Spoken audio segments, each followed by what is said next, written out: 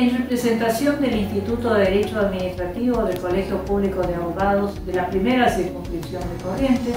tengo el enorme placer de presentar esta nueva charla dentro del ciclo de conferencias que venimos coorganizando con la Asociación Misionera de Derecho Administrativo.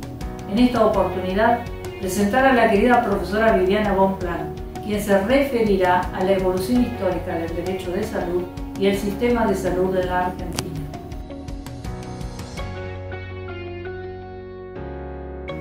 No caben dudas que conforme el orden normativo vigente, constitucional y convencional, le asiste al Estado Nacional el rol de garante internacionalmente y en todo el territorio del país en relación a la salud. Sin embargo, ese rol de garante debe ejercerse conforme nuestra organización federal y teniendo en cuenta las competencias constitucionales de las provincias en la misma materia. Sobre estas y otras cuestiones hablará la doctora Bonpland, una verdadera autoridad en la materia.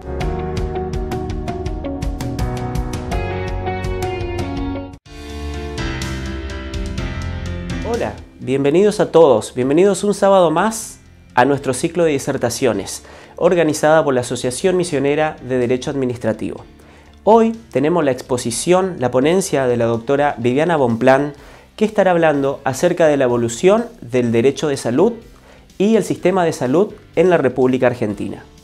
Tenemos como eje principal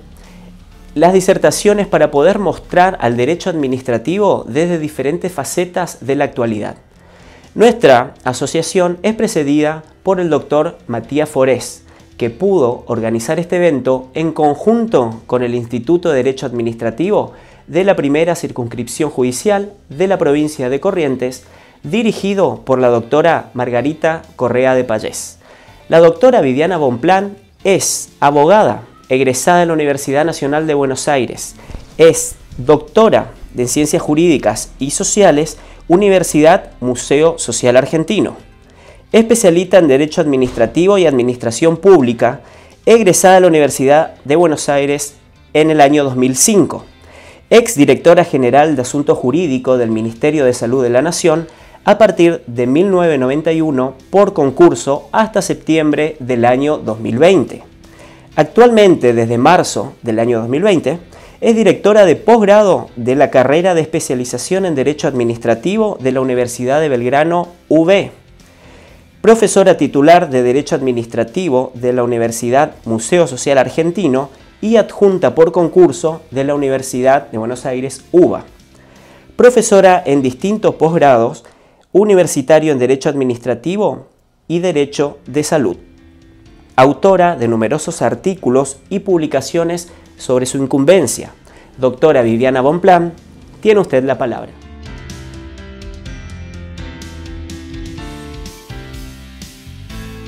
Bueno, ¿cómo les va a todos? Quería antes que nada la invitación que me hicieron las dos instituciones participantes y organizadoras y la doctora Margarita Pallés, y quería agradecer también la presencia de todos los oyentes en este momento. Bueno, además me gustaría aclarar una cosa. Recién dijeron egresada de la Universidad de Buenos Aires en 2005. En realidad, en el 2005 de lo que sería la especialización, en el año 79 de lo que sería egresada como abogada, porque si no van a decir que me saco la friolera de unos 24 o 25 años más o menos. Bueno, no quedaría muy bien, ¿no? Me encantaría ser 25 años más joven, pero así son las cosas. Bueno, podríamos pasar, tenemos unas filminas para pasar y para ir comentando. Bueno, esta es la primera, podemos pasar a la segunda. Bueno, como ven, esta filmina lo que detalla o lo que dice es que el sistema de salud argentino presenta una serie de características que nosotros tendríamos que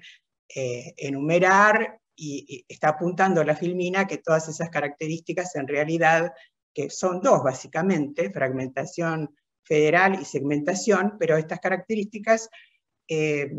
van en contra, digamos, de un desarrollo eficaz del funcionamiento del sistema. Antes que nada, podríamos tratar de ver a qué llamamos sistema, ¿no? Sistema es un conjunto de elementos que están interrelacionados para lograr un mismo objetivo. En este caso, el objetivo a lograr sería la salud de todos los habitantes del país en unas ciertas y determinadas condiciones, ¿no? Podemos pasar a la segunda filmina. Bueno, aquí justamente lo que dice en esta filmina es que la primera condición, digamos, que conspira contra ese logro al que apunta el sistema, o sea, lograr una salud equitativa para todos los habitantes del país, es el de la fragmentación. La fragmentación va en contra de lo que sería lograr un sistema de salud para la población con estándares de acceso, cobertura, de calidad, y sobre todo con carácter equitativo, o sea, igual o de un modo más o menos igual para todos los habitantes del país, que es muy extenso y que tiene condiciones de vida y poblacionales y demográficas muy diferentes. Pasemos a la filmina que sigue. Bueno, aquí habla de lo que sería la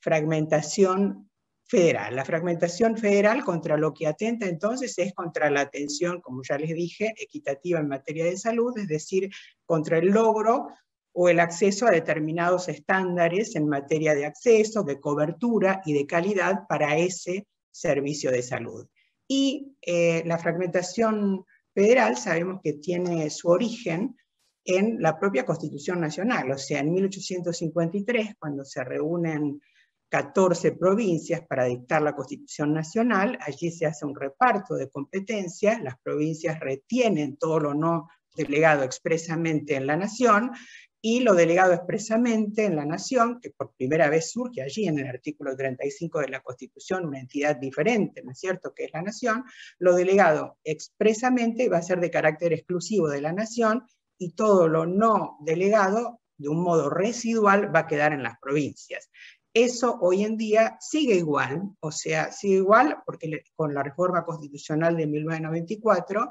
la forma de Estado federal, que está fijada hoy en el artículo 1, y el reparto entre la Nación y las provincias en punto al poder de policía sanitario, esto no se ha visto modificado en el año 94.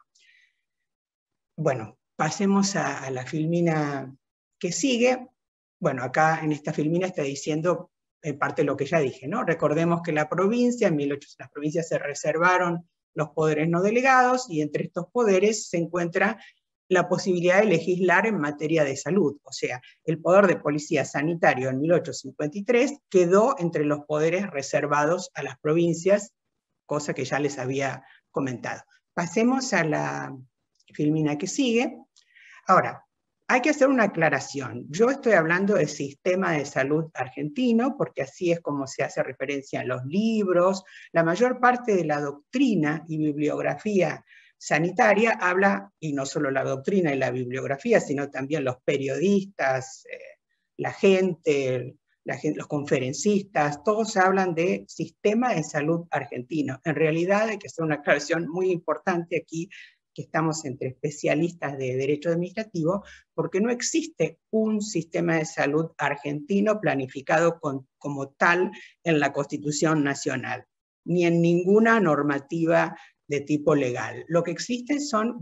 como dice esta filmina, 25 sistemas de salud diferentes que corresponden en las 25 jurisdicciones que establece la Constitución Nacional, o que marca la Constitución Nacional como partícipes de la relación federal. Pasemos a la filmina que sigue. Bueno, vamos a advertir entonces que tenemos un sistema de salud nacional para la nación es partícipe de la relación federal de acuerdo al artículo 35 y otros más que concuerdan en la Constitución Nacional, un sistema de salud para la CABA, la Ciudad Autónoma de Buenos Aires, que está mencionado como una entidad con una autonomía diferenciada, pero partícipe de la relación federal, en el artículo 129, y después tenemos las 23 provincias, por lo tanto, que estarían reguladas por los artículos 121 y siguientes de la Constitución, y allí figuraría este poder de policía sanitario reservado en principio a las provincias. O sea, hay 25 sistemas de salud distintos. Y a esto se apunta cuando se habla de fragmentación de tipo federal, que es una de las características que conspiran contra el buen funcionamiento del sistema. Pasemos a la siguiente filmina. Bueno, aquí, digamos, en esta filmina, si la podemos agrandar un poquitito, me gustaría marcarles lo que habla. Habla de la segmentación, o sea, al inicio, digamos, dentro de cada uno de estos 25 sistemas, dentro de los límites de cada uno de ellos, a su vez existe otra condición, otra característica, que es la segmentación. O sea, la evolución histórica ha determinado que en cada uno de ellos se haya ido desarrollando distintos subsectores que se diferencian tanto por quien presta el servicio como por la modalidad de quien presta el servicio. Estos tres subsectores serían el subsector privado, el subsector de la seguridad social y el subsector público. Adentro de cada una de estas jurisdicciones, en las 25, en cada una de ellas funcionan los tres subsectores que, como dije, dependen o se han desarrollado a la par de la evolución histórica y con características no idénticas, sino diferenciadas a veces dentro de cada una de las jurisdicciones. Podemos ir recordando entonces algo de lo que es la historia de cómo surgen estos subsectores que van a conformar esa característica de segmentación. Bueno, entonces, el subsector, pasemos a la siguiente filmina, podemos hablar del subsector privado. ¿Cómo nace el subsector privado? Bueno, el subsector privado viene desde la época de la colonia. Tenemos que recordar nosotros que en la época de la colonia, o sea, en el pasado, antes de la Constitución Nacional, la salud no era una cuestión de la cual se ocupara el Estado. De la salud se ocupaba la propia persona que cuidaba su salud, su familia, y si la familia y el enfermo no podían cuidarse a sí mismos, pasaba a ocupar un rol importante la caridad religiosa o caridad, las damas de beneficencia, distintas instituciones que se ocupaban por caridad de la salud de los enfermos, pero no había una ocupación o una preocupación por parte del Estado con relación a la salud individual de las personas. El Estado sí se ocupaba de lo que era el poder de policía sanitario, porque en épocas pretéritas, aunque hoy en día esto se repite con la pandemia que estamos viviendo, bueno, en épocas pretéritas eran muy comunes las pestes, porque estamos hablando del año 1800, del año 1700, del año 1600, los antibióticos aparecen recién a partir más o menos de 1930, con lo cual el poder de policía en materia sanitaria, sobre todo para impedir la locomoción de los enfermos y el traslado de la enfermedad, era muy importante. En este sentido, sí el Estado tenía una preocupación por la salud, pero por la salud desde el punto de vista público y colectivo, no por la salud individual de las personas. No se conocía tampoco lo que llamamos el derecho a la salud, porque todavía no estaba constitucionalizado, ni había una preocupación en ese sentido en las personas. Como digo, la salud era un tema totalmente privado en la época de la colonia y en la época en que surge la Constitución Nacional. Poco después va a empezar alguna preocupación del Estado por la salud individual, en la medida en que cuando vuelven los ejércitos de la Guerra del Paraguay, van a surgir en el camino los primeros hospitales de campaña, y esos hospitales de campaña, de algún modo, entonces se van a ocupar de los enfermos y va a haber de algún modo una gestión estatal, ¿no es cierto?, en relación a esa salud individual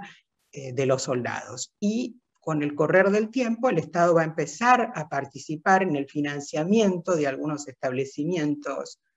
de tipo hospitalario, pero lo que llamaríamos el subsector público va a surgir mucho después, recién en 1945, en la época de Perón y la Constitución de 1949 y la creación del Ministerio de Salud de la Nación.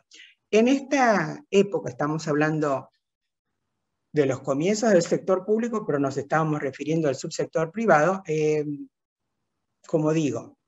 de la salud individual se ocupaba exclusivamente la propia familia, digamos, de los enfermos, pero sí lo que podemos destacar es que la Constitución de 1853, cuando es firmada, va a prever en el artículo 14 el derecho de trabajar y el derecho de ejercer toda industria lícita. Y la Constitución permitió a partir de ese momento que las personas pudieran trabajar en temas que se refirieran a la salud, los médicos, las enfermeras, e inclusive funcionaba una institución como el protomedicato, digamos, que cuidaba el ejercicio de la profesión médica. Y no solo trabajar a través de profesiones de tipo liberal o de tipo individual, sino también la Constitución permite ejercer, la de 1853 me estoy refiriendo, permite ejercer toda industria lícita, y esas industrias lícitas se podían referir también a los temas de salud. Por lo tanto, esto es lo que ha hecho decir algunos autores, como por ejemplo Marienhoff, que el derecho a trabajar en temas de salud o a ejercer toda industria lícita en materia de salud que está previsto en la Constitución Nacional, hace que lo que él entendía como el servicio social de salud fuera un servicio de doble titularidad. Doble titularidad porque se podía ejercer no solo como una atribución estatal en el sentido de regular estas profesiones, sino también como un derecho. Y eso es lo que a Marienhoff le hacía decir que en los temas de salud existía esa doble titularidad del Estado y de los particulares, no solo del Estado. Bueno, en el subsector privado, con posterioridad, va a surgir, con el correr del tiempo y con la inmigración, van a surgir las mutualidades. Las mutualidades las traen los inmigrantes, y las mutualidades van a pasar a ocuparse también de la salud de los inmigrantes. Sobre la base de las mutualidades van a surgir los hospitales de comunidades, como el hospital español, el hospital francés, el hospital italiano, el hospital alemán, y sobre la base de esos hospitales de mutualidades, ya en los años 70 vamos a tener también asociaciones de lo que llamamos hoy prepagos, y las asociaciones de medicina prepaga se van a desarrollar, y bueno, se va a lograr finalmente en el año 2011, ¿no es cierto?, después de muchos años y de mucho bregar, se va a lograr regular ese sector a través de lo que es la ley 26.682, la ley de medicina prepaga. Todo esto tiene que ver con la conformación de uno de los subsectores, que es el subsector privado. Bueno, podemos pasar a la siguiente filmina. Todo esto que dice en esta filmina, entiendo que ya lo expliqué, lo mencioné. Y bueno, acá no, acá ahora empezamos con el subsector de la subseguridad social. El subsector de la seguridad social se va a conformar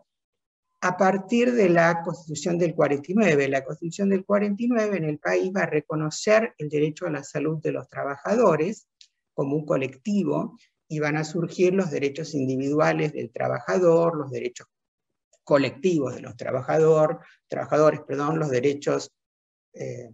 referidos a la seguridad social. En ese marco se va a regir también todo lo que tiene que ver con el derecho a la sindicalización, y dentro de los sindicatos, con el correr del tiempo, se van a crear unas oficinas que se van a ir ocupando de la salud de los trabajadores. Esas oficinas dentro de los sindicatos funcionaban dentro de lo que era el sindicato, sin personería jurídica propia. Con el correr de los años van a surgir las primeras leyes de obras sociales, y a posteriori vamos a llegar a las actuales leyes de obras sociales, que son obras sociales nacionales, perdón, que son de los años 80, la ley 23.660 y la ley Nacional de Obras Sociales y la ley 23.661 del Seguro Social, que bueno, que van a regir desde esa época y que van a reconocer personalidad jurídica independiente a estas obras sociales. Así se conforma lo que sería el subsector de la seguridad social. Y después vamos a tener, finalmente, podemos pasar de filmina, el subsector público. ¿Cómo se conforma el subsector público? Bueno, como dije, inicialmente de la salud de las personas se ocupa, individual, ¿no? De las personas se ocupaba exclusivamente la propia familia y la propia persona, o lo que serían las instituciones de beneficencia, pero con la vuelta de los guerreros del Paraguay, el Estado comienza a financiar hospitales de campaña, sigue financiando después hospitales, pero sin ocuparse de la gestión en forma directa de esos hospitales. Cuando asume Perón, y asume aún antes de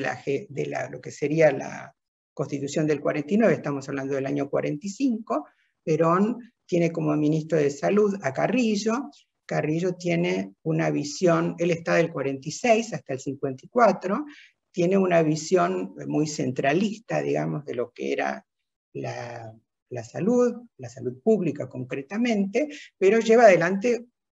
una obra muy importante porque primero crea una cantidad importante, más de 35 establecimientos nacionales, o establecimientos de salud nacionales diseminados por todo el territorio. Él tenía una idea parecida a la del sistema legal inglés, vale decir, la salud enteramente en manos, titularizada enteramente por el Estado Nacional, y logra, a través de iniciativas de leyes, porque creo que ustedes saben que los ministerios nacionales pueden enviar al Congreso, a través del Poder Ejecutivo, iniciativas de ley. Bueno, él mandó una cantidad muy importante de iniciativas en materia de leyes de salud, a través del Poder Ejecutivo, al Congreso, y estas leyes fueron acompañadas por el Congreso, y entonces el Congreso apoyó toda una cantidad de legislación en materia de salud y en materia de ambiente. Estamos hablando de la época de Perón, ya estaba vigente la Constitución del 49, y lo que hay es un respaldo posterior de la Corte Suprema de Justicia de la Nación a esas leyes que en algún punto o en algún momento fueron cuestionadas, y la Corte pasa a hacer una interpretación evolutiva de lo que sería el poder de policía sanitario, porque entiende que en la cláusula de la prosperidad, que estaba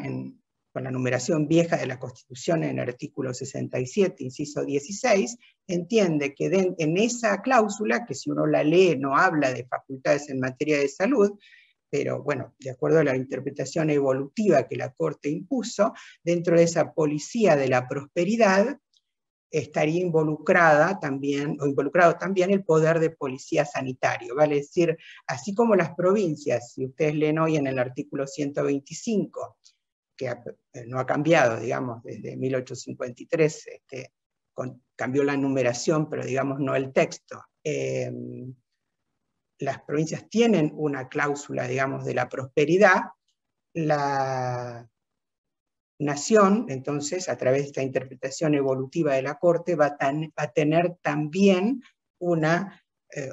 facultad, o varias facultades en materia de poder de policía sanitario. Vale decir, a partir de esta interpretación evolutiva, los poderes en materia de salud se vuelven concurrentes. O sea, hay algunas facultades que son exclusivas de la Nación en materia de salud, las que hayan sido delegadas, digamos, en ocasión de dictarse la Constitución, puede ser algunas en materia de límites, por ejemplo, o algunas en materia de transporte, en los temas sanitarios. Todo lo retenido por las provincias en materia de poder de policía sanitario, que lo encontramos en el 121 y siguientes como poder residual, y bueno, viene a sumarse este reconocimiento de la Corte en materia de facultades de la Nación, que la fija la Corte en esta cláusula de la prosperidad, que hoy sería el artículo 75, inciso 18. Dentro de lo que sería también el subsector nacional, hay una etapa a la que conocemos como la de la descentralización. A ver, podemos correr a la siguiente filmina. Esto ya es todo lo que he mencionado, corremos a la siguiente. Esta etapa, bueno, el proceso de descentralización es un proceso que se da ayuda a la conformación, históricamente ayuda a la conformación de este subsector público del cual estamos hablando, y los hospitales que se habían creado en distintos territorios provinciales, pero que eran nacionales, comienzan a ser transferidos desde la nación a las provincias. En los años 70 hay una ley, en los 80 hay otra ley, y finalmente, por la cual se traspasan establecimientos nacionales a sede provincial, y posteriormente tenemos todo lo que son las privatizaciones, digamos, de Menem, y la ley 23696 de reforma del Estado, con transferencia también de establecimientos a las provincias. Esas transferencias en realidad no van a responder a un modelo de tipo prestacional o a una planificación de tipo prestacional, sino que tienen más que ver con lograr el desahogo fiscal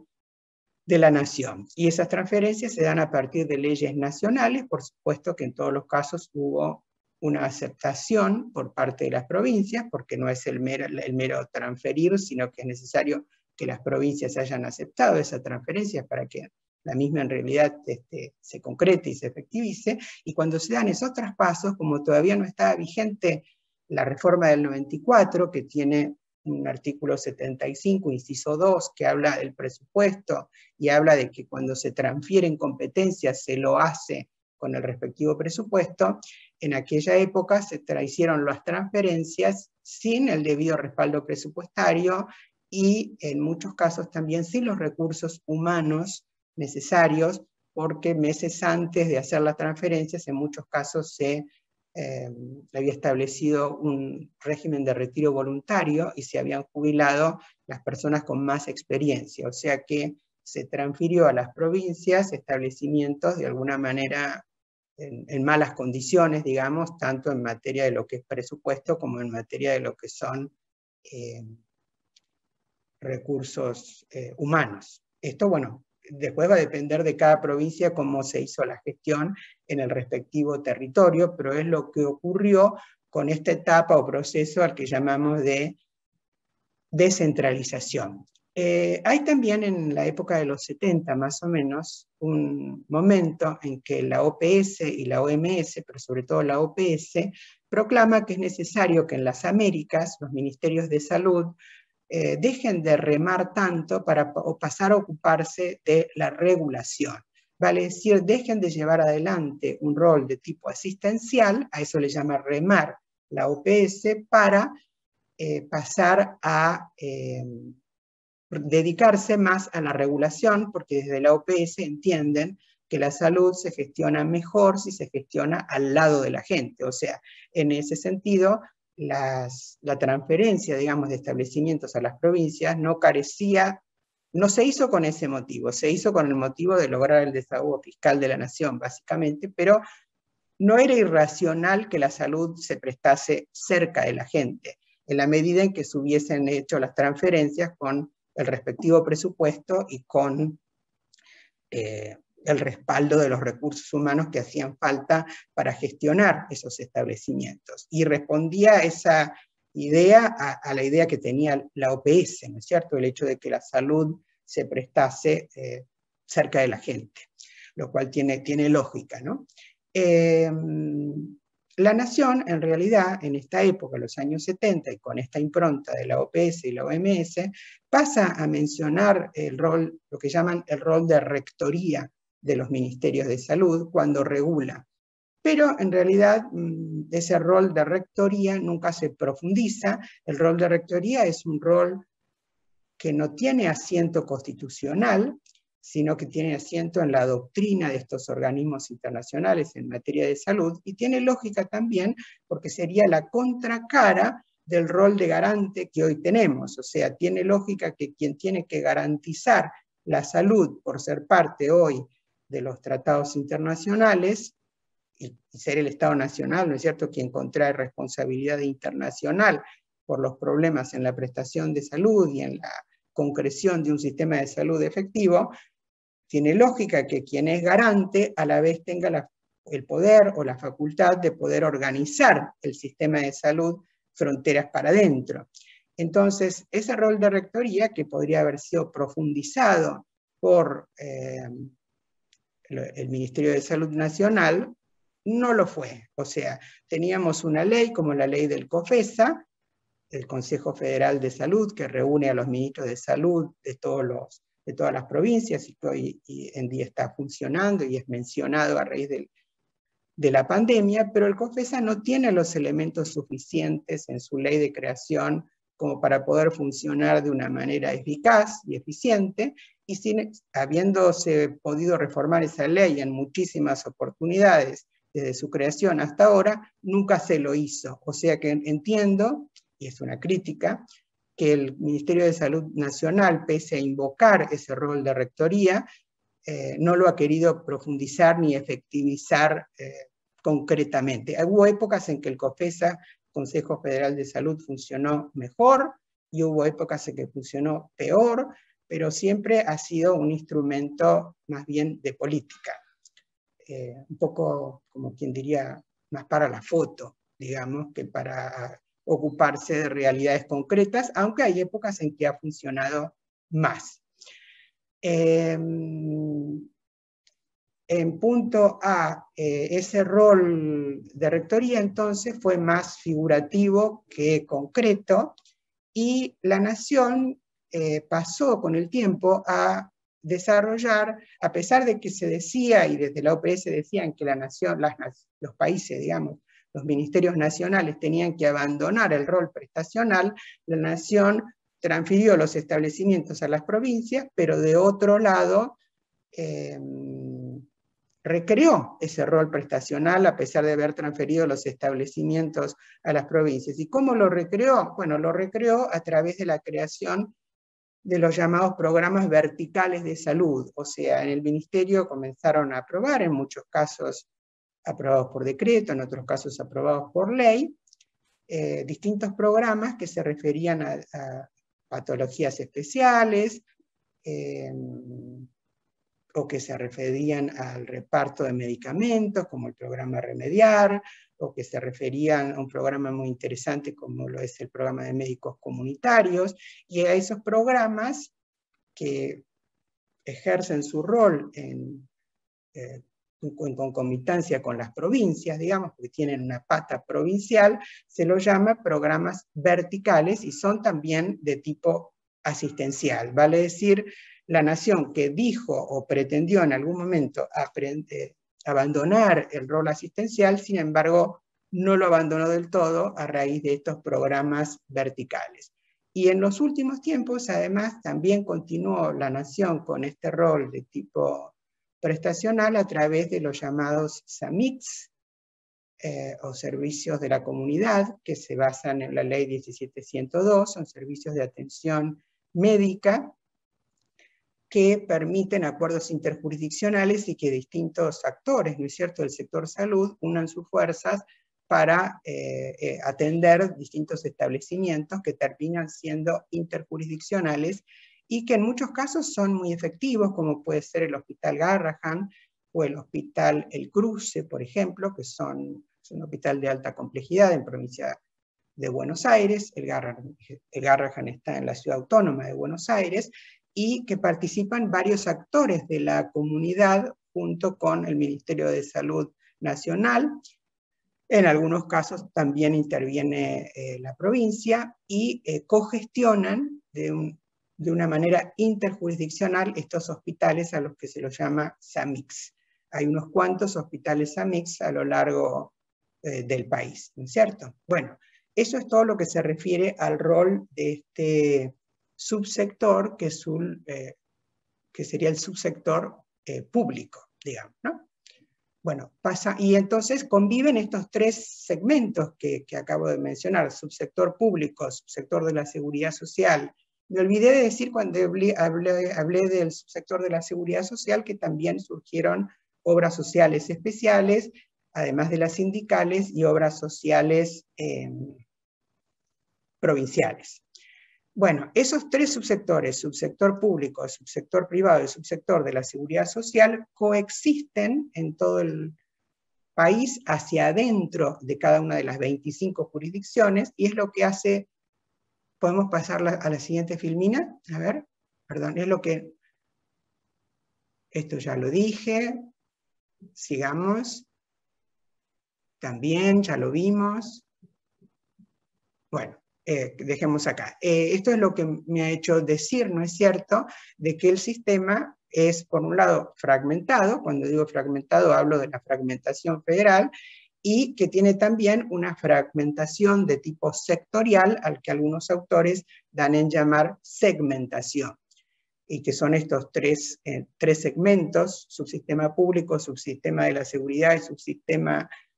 privado, que coexisten en cada una de las jurisdicciones, ¿no? Pasemos una filmina más. Podemos mencionar también otras transformaciones que se dieron a la par o en forma concomitante, como por ejemplo la que tiene que ver con el descreme de las obras sociales. O sea, en los años 90 y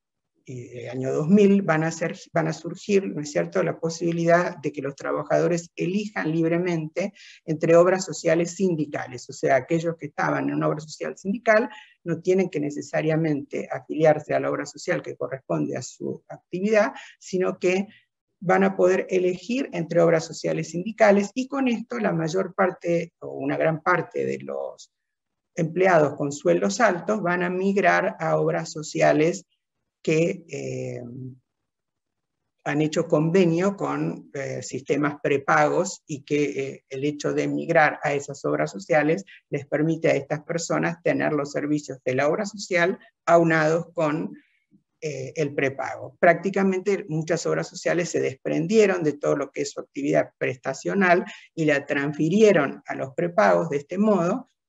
abandonando las obras sociales, en ese caso, su rol prestacional, por haberlo transferido. Otra forma, hacemos uno más, otra modificación, una filmina más me refiero. Bueno, otra modificación más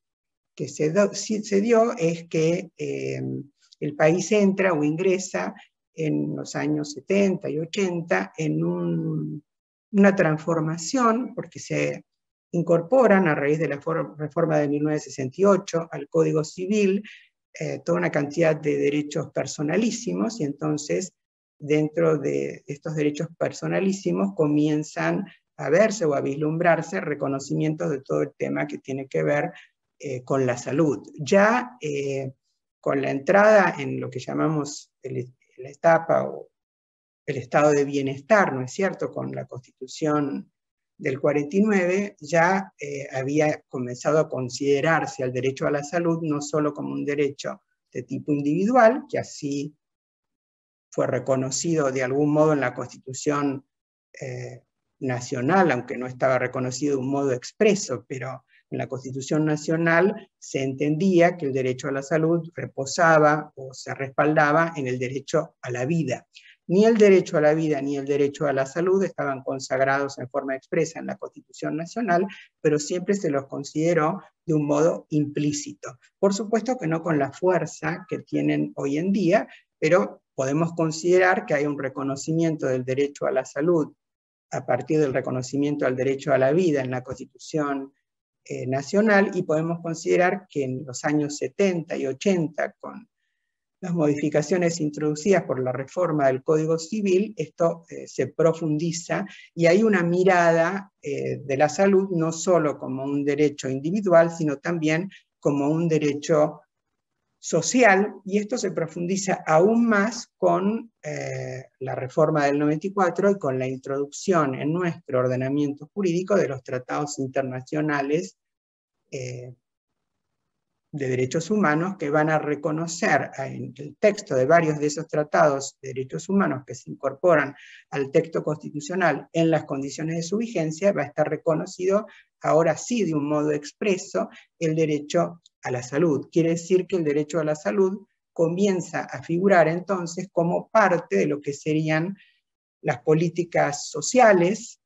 primero, y después como parte de lo que serían las responsabilidades estatales al haberse introducido estos tratados en la Constitución Nacional, porque también no solo que se introducen por el inciso 22 derechos como el derecho a la salud y se lo reconoce en las condiciones de su vigencia, sino que también en el inciso 23 hay un reconocimiento de la calidad del Estado Nacional como garante de ese derecho a la salud reconocido. Por otro lado, va a haber en la reforma constitucional la introducción del artículo 41, en la cual hay el reconocimiento a que las personas tienen derecho a gozar de un ambiente sano, y va a haber la fijación, digamos, de presupuestos mínimos de protección ambiental. Aquí quiero aclarar que no hay, como el derecho a la salud no está reconocido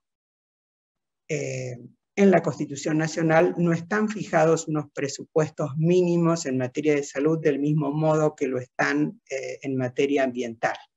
Uno puede sostener que es necesario reconocer el derecho a la salud como lo fijan los parámetros internacionales, porque de hecho es así, y de hecho así se hace, pero no hay el mismo sistema de presupuestos mínimos que fija el artículo 41 de la Constitución Nacional. Después tenemos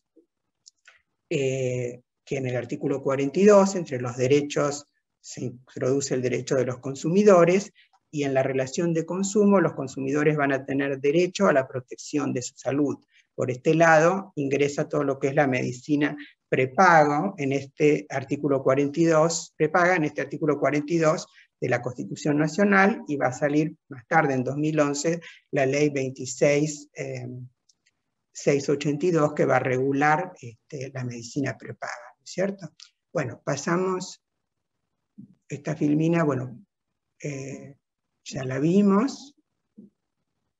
Bueno, hay otra modificación más que no mencioné, que es el hecho de que se abandona lo que sería el modelo hospitalocéntrico, y se abandona lo que es, para pasarse, digamos, a un eje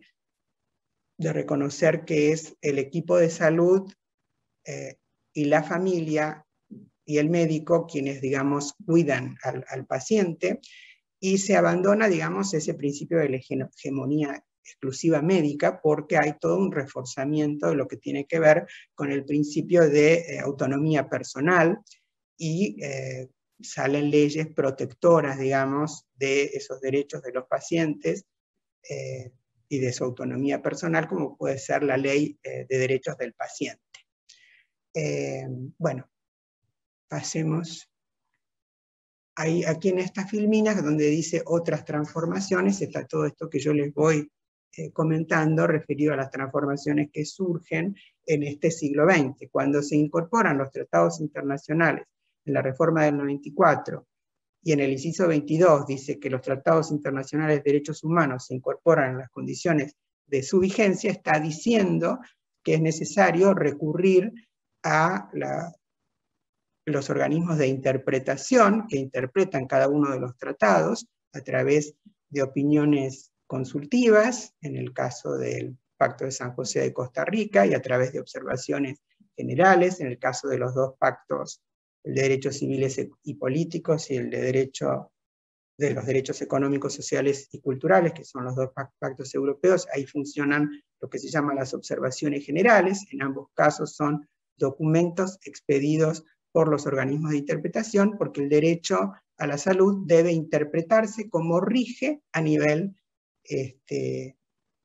internacional. Nos tenemos que referir entonces a que es necesario que los jueces, cuando fallan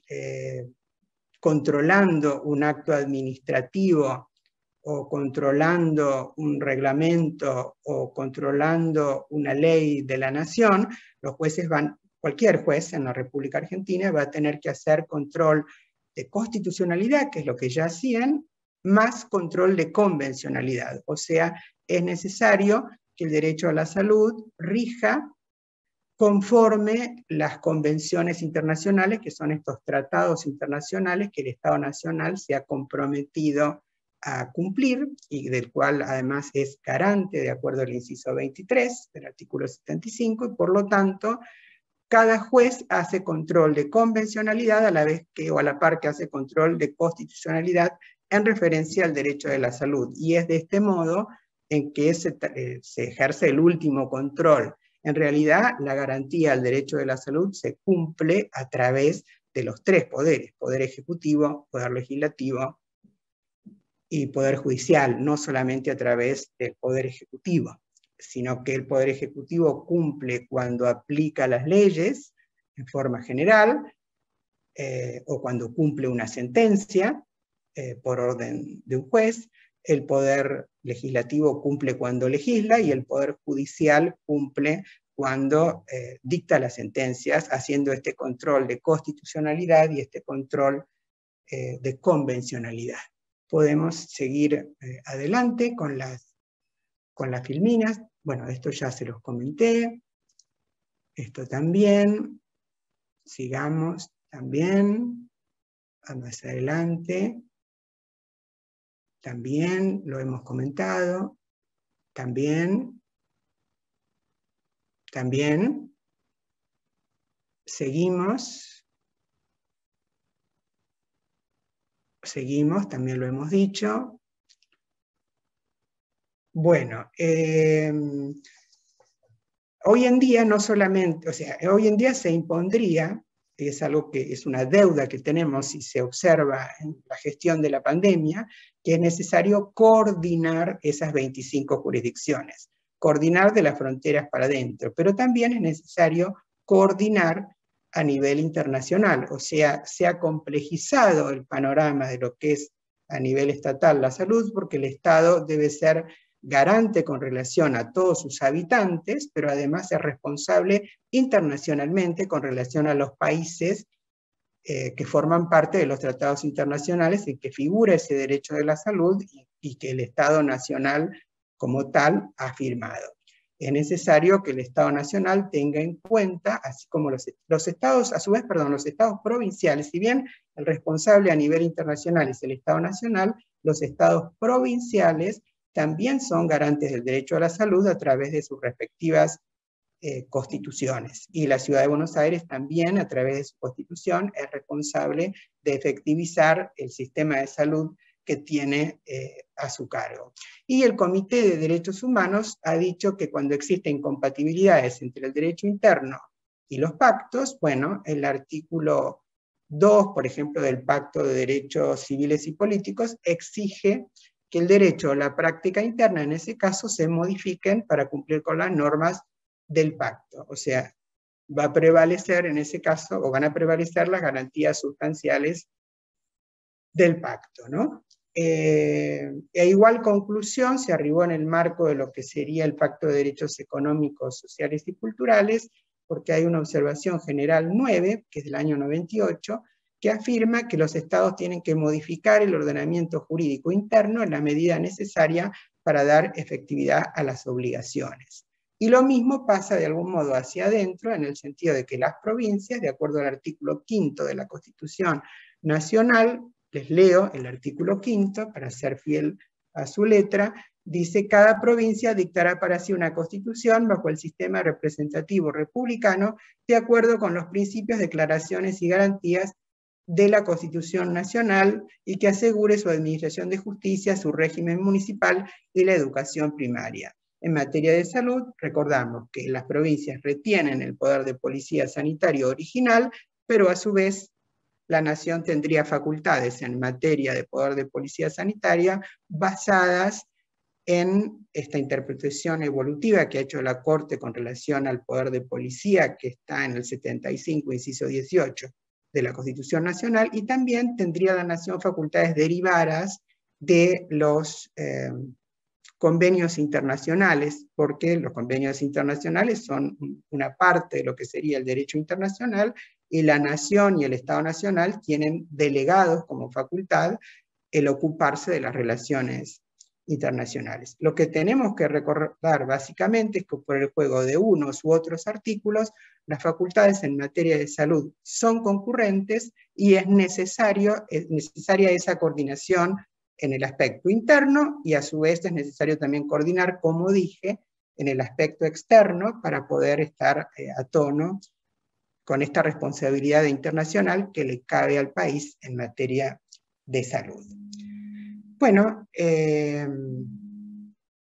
no sé, creo que hemos expuesto la mayor parte de los temas que están allí y la necesidad de coordinación a nivel nacional y a nivel internacional.